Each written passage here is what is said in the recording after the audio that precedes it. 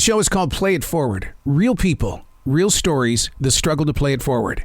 Episode number 536 is with songwriter Holly Knight, author of I Am the Warrior. Holly Knight, what you have done with music is just, I mean, and you put it into words, because the rest of us, we sing your words. We live out your words, and now it's in book form.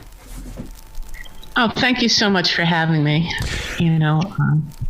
Did you write music while you were putting this together? Because you seem to be the type of person where the music never shuts off. It took me a couple of years to write this book. And truth be told, I actually had written probably twice what the book is. Like, if the book is 267 pages, I probably wrote double that. And then when my editor got involved, we started slicing and dicing, trimming off the fat. And so it was very much a full-time job. I always walk in my studio and I play every day. But I think I kind of, I've been doing that for so long that I just kind of put that to the side until I got toward the end of the book. And then I just launched back into a new record with the band that I'm producing named Le Crush.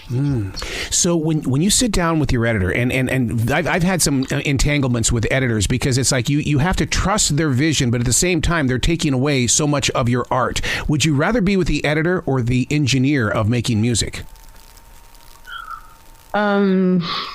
Well, when you think of editing and engineering, I think of it as the one and the same. Okay. Okay. And I produce records, so I can sit down and do Pro Tools on my own. I don't need an engineer in the room. That's by design. I've always sort of been a geek when it comes to technological stuff, and I really sort of like to get into that. Like, I'm very good at Pro Tools. I'm very good at Photoshop because I like to do photography. So, I figure the more tools I can put in my toolbox, the less I need them. And, I never like the idea of having someone else in the room when I'm writing except the writer. I don't like the idea of, some people I've seen, they have an engineer in the room and they have other people, and it's sort of like, it's weird. It's like someone watching you have sex in a way, I'm with you on that, because I've used the term that when people step into my production area, I go, it's like you walked in on me and I'm in the bathroom. You would never walk in on me like that. I said, you've got to give me a heads up that you're coming into my space. Yeah, absolutely. Absolutely. Because creativity is one of those things. I look at it as it's energy that's moving through you. And if you're not listening, it's going to move beyond you. That's really well put. And you're right. It is energy that's running through you. I've always felt that songwriting is like that. I write about that in my book, The Warrior, the writing process. And, people have asked me my whole career, what's your process? And I don't really like to discuss it too much because it's intangible, and to put your finger on it, I feel like it's almost going to ruin it. But I do say in the book that if you've ever played the Ouija board, the Ouija game, it's sort of like, there's a planchette. It's this heart-shaped wooden thing, and you put your fingers on it, and then it's supposed to lead you in a direction. Now, we know that the players, everybody says, okay, they're really moving this around. But actually, I think it's a combination of both. I think there is a lot of energy, unspoken energy there. And it's kind of like that when I'm writing. It's like I put my hands on a guitar or keyboard and I just let them lead me around. It's being pulled in some sort of direction. And that's about as close as I can get to describing it, because it's like you're on autopilot. You're in some other dimension. And, a lot of people have said, I'm not even responsible for that. It just ran right through me, and I was the catalyst. But I think it's actually a partnership. I think it's a partnership of who you are and what you bring and what your energy and style is, and then tapping into that sort of ether out there in the universe. If that makes sense. It does make sense. And one of the things that I've trusted with creativity is that basically you're here for a moment. And in that moment, what you put on paper or what you record into, I've got a writing instrument here that has a built-in recorder. And it's like you've got to preserve it because it really isn't for you. Someone else needs to pick it up and they're going to be singing along with it. Yeah, that's true. So one of the things, Holly, that I love about this book is that I grew up in the age of radio where when we did our ASCAP BMI reports and stuff like that, we had to put the songwriters' names on that paper. So much of that is lost today because the people that are on the air don't know the songwriters. And so a book like this really opens up the eyes and the heart of those that are in radio or television, says, hey, look, something happens before they start singing it.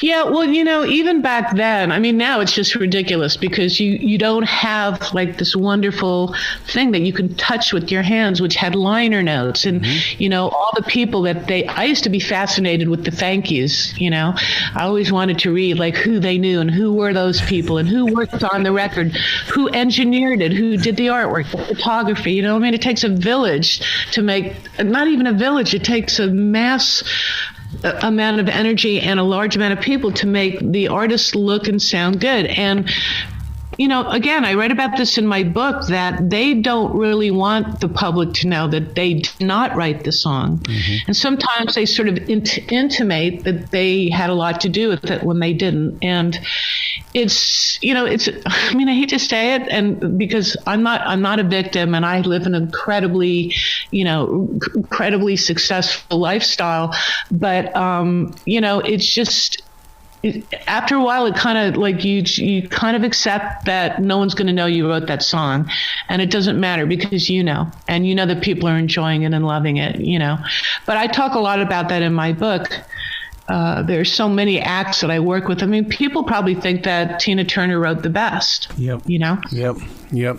I mean, you've let's talk about Tina Turner and the best and stuff, because we played it so much that our airwaves needed those songs. Do you ever sit back and think how much that you gave to radio? I mean, I realize the royalty fees and stuff like that, but still, if we didn't have you, Holly, we would not have had those ratings. We would not have been there during those promotions when Tina came to town. Oh, thank you. That's very kind. That's very generous of you to say that. I mean, you've made my day.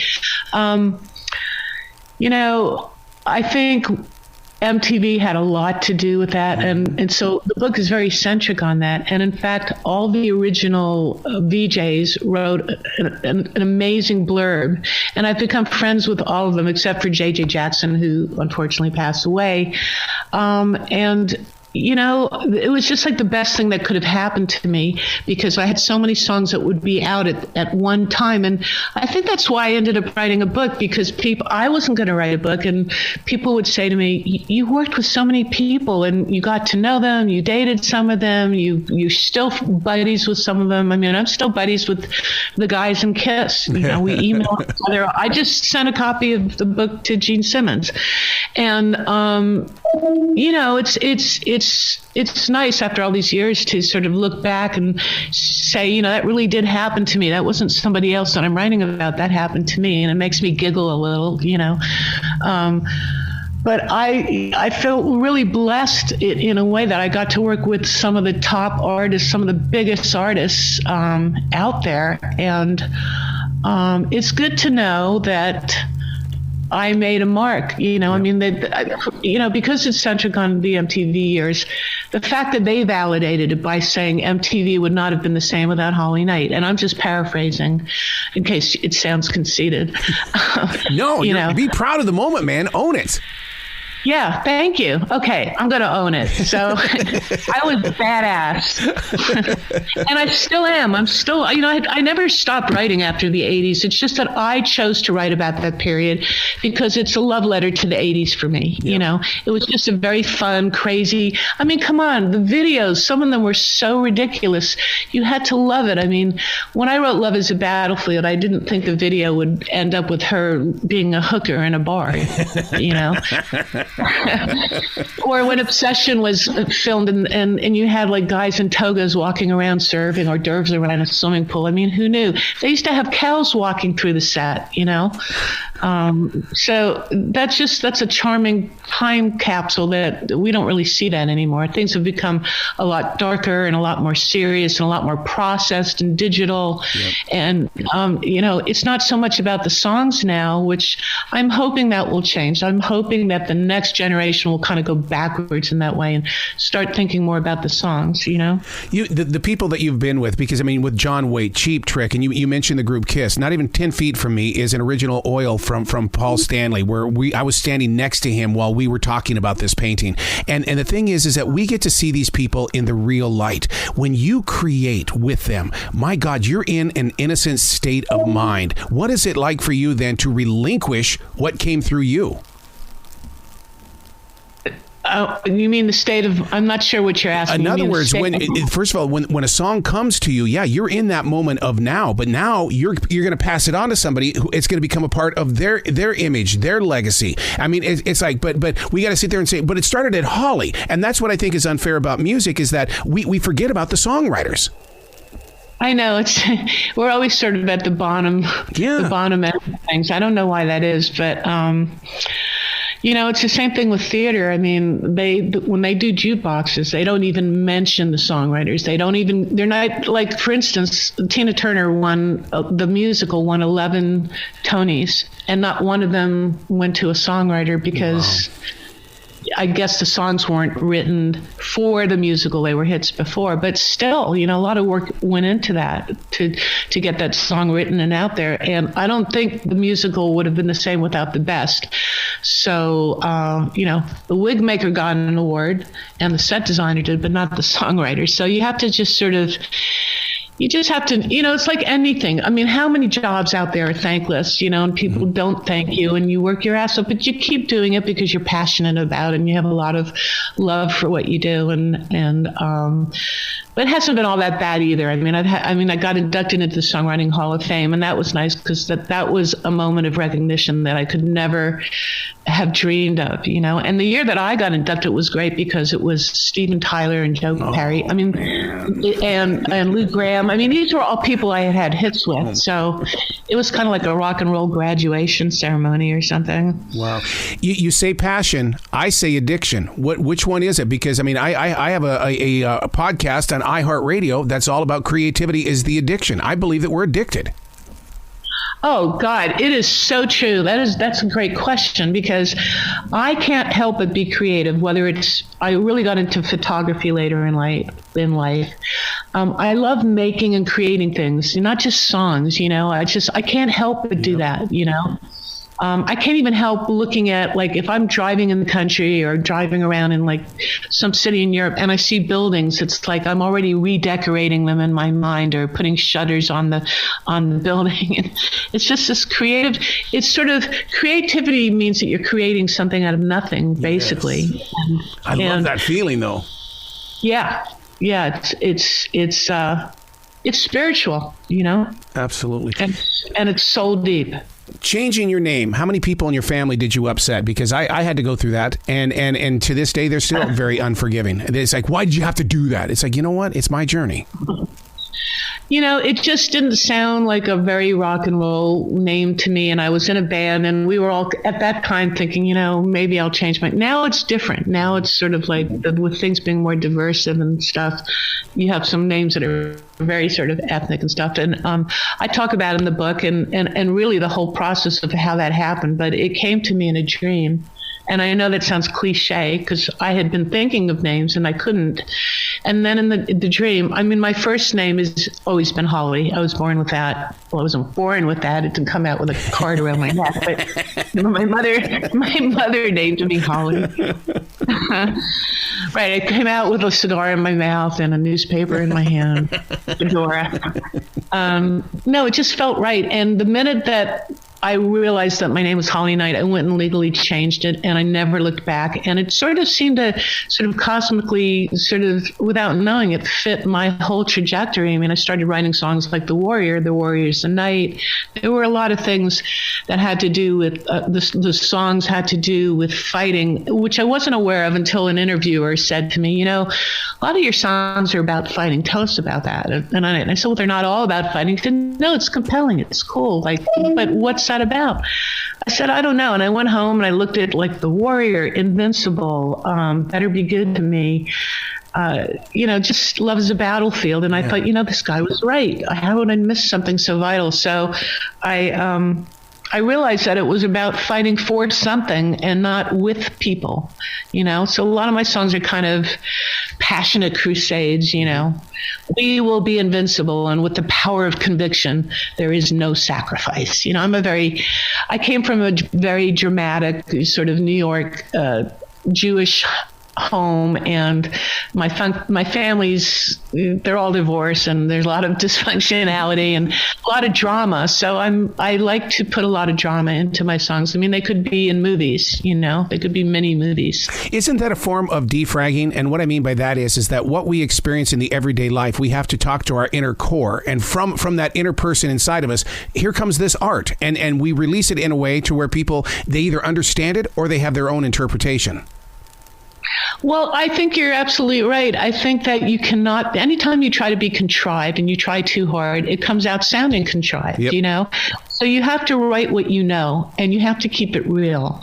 And you write about, when you keep it real, there are other people that are going to relate to that. We all basically go through the same emotions, whether it's falling in love, out of love, fighting for something, being pissed off at your boss or something. They're relatable. Mm-hmm. So you just keep it real, I think music teachers across the country need to add this book to their curriculums. And the reason why is because there's a lot of songwriters sitting in bedrooms right now that are going through some tough times, Generation Zers and millennials and things, and they need to be shown the way that what they're feeling and what they're, and they need to hear these stories, because as radio jocks, we're not sharing these stories. So how do we inspire that next generation? We have to have books like this. Well, thank you. I also, from time to time, I've taught master classes, and I love teaching. I love seeing the look on people's faces when they have a dream, and actually picture that it could become reality. And my book is dedicated. The dedication reads, "To anyone who ever had a dream and was told no," because that was me. And you just have to really, the naysayers have to be put behind you, and you have to just keep pushing forward if you have a dream. And dreams, it sounds cliche, but the dreams come true if you follow them, and mine did. I'm living proof, so thank you for saying that, because I do actually want to tour the music colleges and God, that'd be so incredible. Do some speaking. Oh my God. I mean, because it's different. It's different to have a teacher who didn't really do much and then is teaching. It's different to have someone that went to the top of the mountain, and those are the people that you want to listen to. That's why when I had Mike Chapman as a mentor, he had produced so many #1 records, all the Blondie stuff and My Sharona and Hot Child in the City. And he was also a very successful songwriter. He wrote for Huey Lewis. Actually, he didn't write for them, but they cut Heart and Soul, which is like one of my favorite songs of the 80s. I love that song. So just look for the people that have done it. I mean, there's so many people out there now that call themselves influencers, and I'm not sure what they've done enough to be an influencer. For me, I want to hear from the people that actually did it, because that makes me realize that dreams come true. Oh, you got to get into those schools, because when Marvin Hamlish came to my 7th grade music class, that changed me forever. I mean, forever. Wow. Yeah, he's a big one. Wow. He's legendary. Wow. You got to come back to this show anytime in the future, Holly. The door is always going to be open for you. I would love to. Thank you so much for having me. I feel blessed that you've been here. I mean, what a great storyteller, and I just look forward to reading more and more and more about you. Oh, well, I'd love to hear what you think about it. So let me know. Absolutely. Be brilliant today, okay? Thank you. You too. You bet. Everybody be brilliant. I love it.